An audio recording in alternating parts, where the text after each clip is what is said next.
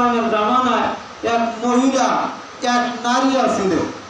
সেই মহিলা রাসূল সাল্লাল্লাহু আলাইহি ওয়াসাল্লামের কাছে এসে বললেন যে ইয়া রাসূলুল্লাহ, আমি তো জিনা করেছি। আমি কি করেছি? জিনা করেছি। জিনার যে বিচার, এই বিচারটা আপনি করে দেন। রাসূল কারীম সাল্লাল্লাহু আলাইহি ওয়াসাল্লাম তাকে তিনবার বললেন যে তুমি সরে যাও, তুমি সরে যাও। তোমার পেটে যে বাচ্চা রয়েছে, ওই পেটের বাচ্চার তো আর দোষ নাই। কি বলেন, আছে? ওই বাচ্চার তো আর দোষ নাই। হে মহিলা, তুমি আমার এখান থেকে সরে যাও। যখন তোমার এই বাচ্চা প্রসব হবে, যখন তুমি ডেলিভারি হবা, বাচ্চা যখন দুনিয়াতে আসবে, তখন তুমি আমার কাছে আসবা। ঠিক রাসূলের কথা অনুযায়ী ওই মহিলাটা রাসূলের কথা অনুযায়ী যখন ডেলিভারি হয়েছে, বাচ্চা প্রসব করেছে, বাচ্চা প্রসব করার পর ওই মহিলা রাসূল সাল্লাল্লাহু আলাইহি ওয়াসাল্লামের কাছে এসেছে। রাসূলকে এসে বলেছেন, ইয়া রাসূলুল্লাহ, আপনি আমার বিচার করুন। যে মহিলা জিনা করে, ইসলামী আইন অনুযায়ী তার বিচার নাই। কি বলেন, আছে না? নাই, আছে না? ইসলামী আইন অনুযায়ী কিন্তু বিচার আছে। আমাদের দেশে তো আছে ওই আইন, নাকি বলেন? আছে? আমাদের দেশে আইন নাই। আমাদের দেশে আইন নাই। যদি এরকম দুই চারটা আইন যদি সরকার থেকে, যারা আমাদের মাথার উপরে যারা বসে আছে, এনারা যদি এরকম জেনার দুই চারটা বিচার করে দেখা দেয়, তাহলে আমাদের মেয়ে, আমাদের মা বোন রাতের আধারে যত রাস্তাঘাটে বের হোক, কোন বাগানের ছেলে বের চাওয়ার, তাদের তাকানোর কোন নজর দেওয়ার সাহস পাবে? কোনদিনও সাহস পাবে না। কারণ ওই যে আমাদের মা বোনদের, এনারাও পর্দা করে না। আর জেনার যে বিচার, ইসলামী অনুযায়ী, আইন অনুযায়ী যে বিচার জেনার, সেই বিচারও করে না। এই জন্য দিন দিন এরকম ভাবে ধর্ষণের সংখ্যা, আপনার নারী নির্যাতনের সংখ্যা বাড়তেছে না কমতেছে? বাড়তেছে। তো আমাদের কিছু কিছু মানুষ বলে যে ইসলাম নারীকে অধিকার কম দিয়েছে। ইসলামী তো নারীকে সবচেয়ে বেশি অধিকার দিয়েছে। সুবহানাল্লাহ। ইসলাম নারীদের সবচেয়ে কি অধিকার দিয়ে? বেশি অধিকার দিয়েছে। আমরা আমাদের দেশে নারীদের বেশি অধিকার দিয়ে বসে হয়েছি। কথা বলেন না কেন? আমরাও তো আমাদের নারীদের বেশি অধিকার দিয়ে বসে আছি। কিভাবে? কারণ ওনারা দুজনে খালি বারবার আমাদের মাথার উপরে বসে। যেই বাড়িতে, যেই সংসারে মহিলা নেতৃত্ব দিবে, ওই সংসারে কি আযাব বাড়ে না কমে? আযাব বাড়ে। তো আমাদের দেশে ওনারা বারবার বসে, হলে আমাদের আযাব পয়সা চাবে, ঠিক না? আযাব পয়সা চাবে।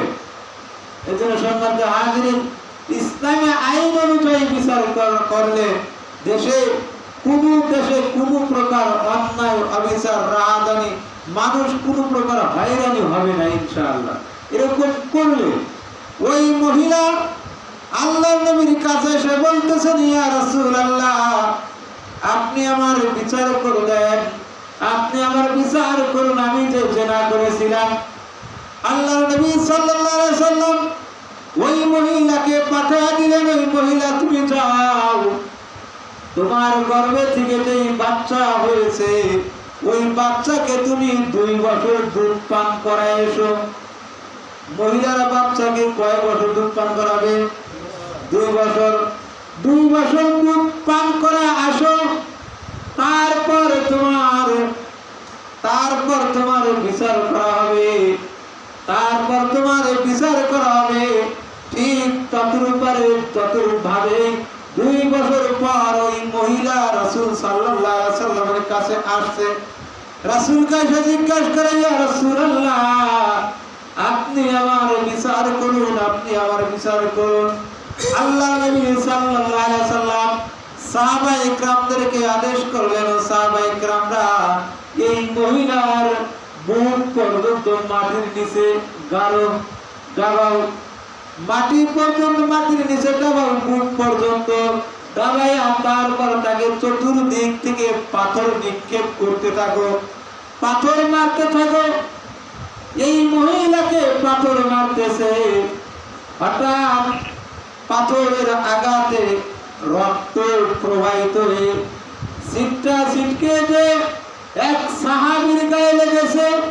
ওই সাহাবী বলে ওই মহিলার প্রতি একটু রাগান্বিত হয়ে বলতেছেন, তোমার শরীরের রক্ত তো হলো নাপাক, তোমার রক্ত নাপাক, তোমার শরীরের রক্ত কেন আমার গায়ে লাগলো?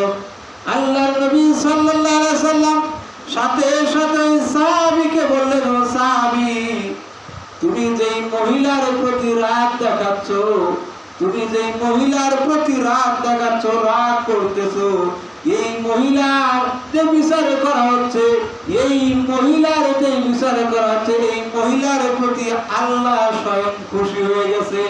এই মহিলার তওবা আল্লাহ কবুল করেছে। এই মহিলা, আমি রাসূল ঘোষণা দিলাম, এই মহিলা হলো জান্নাতি।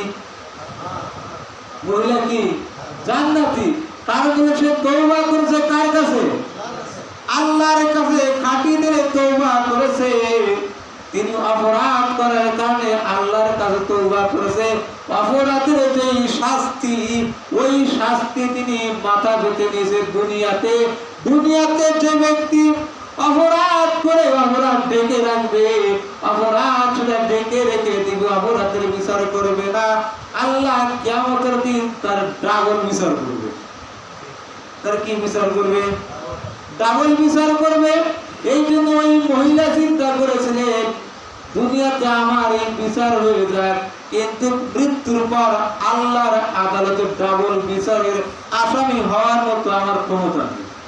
কি গণ আমাদের আছে নাকি বলেন? আমাদের আছে। এই জন্য দেখেন কিছু কিছু মানুষ মাঝখানে এসে সাথে বলবে আস্তাগফিরুল্লাহ। কি গণ বলে না? আস্তাগফিরুল্লাহ বলে। সম্মানিত হাজিরিন, যার কাছে যে অপরাধ করছেন তার কাছে মাফ চাইতে হবে। আল্লাহর কাছে অপরাধ করছেন, আল্লাহর কাছে আস্তাগফিরুল্লাহ চায়, মাফ নেই। ওই মহিলা জেনা করেছিলেন, অপরাধ করেছিলেন কার কাছে? আল্লাহর কাছে। কার কাছে? আল্লাহর কাছে অপরাধ করেছিলেন।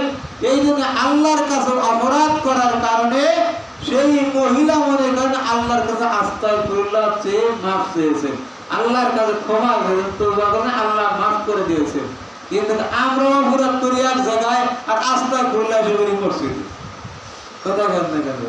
এই আস্তাগফিরুল্লাহ তো কবুল হবে না। বস করি সম্মানিত হাজিরিন, আস্তাগফিরুল্লাহ করার যে নিয়ম সেটা হচ্ছে, যার কাছে আপনি অপরাধ করেছেন, যার কাছে আপনি অন্যায় করেছেন, তার কাছেই যে আস্তাগফিরুল্লাহ করে মাফ চাইতে হবে। নচেত মাফ চাইলে সারাদিন মাফ চাইলে মাফ হবে না।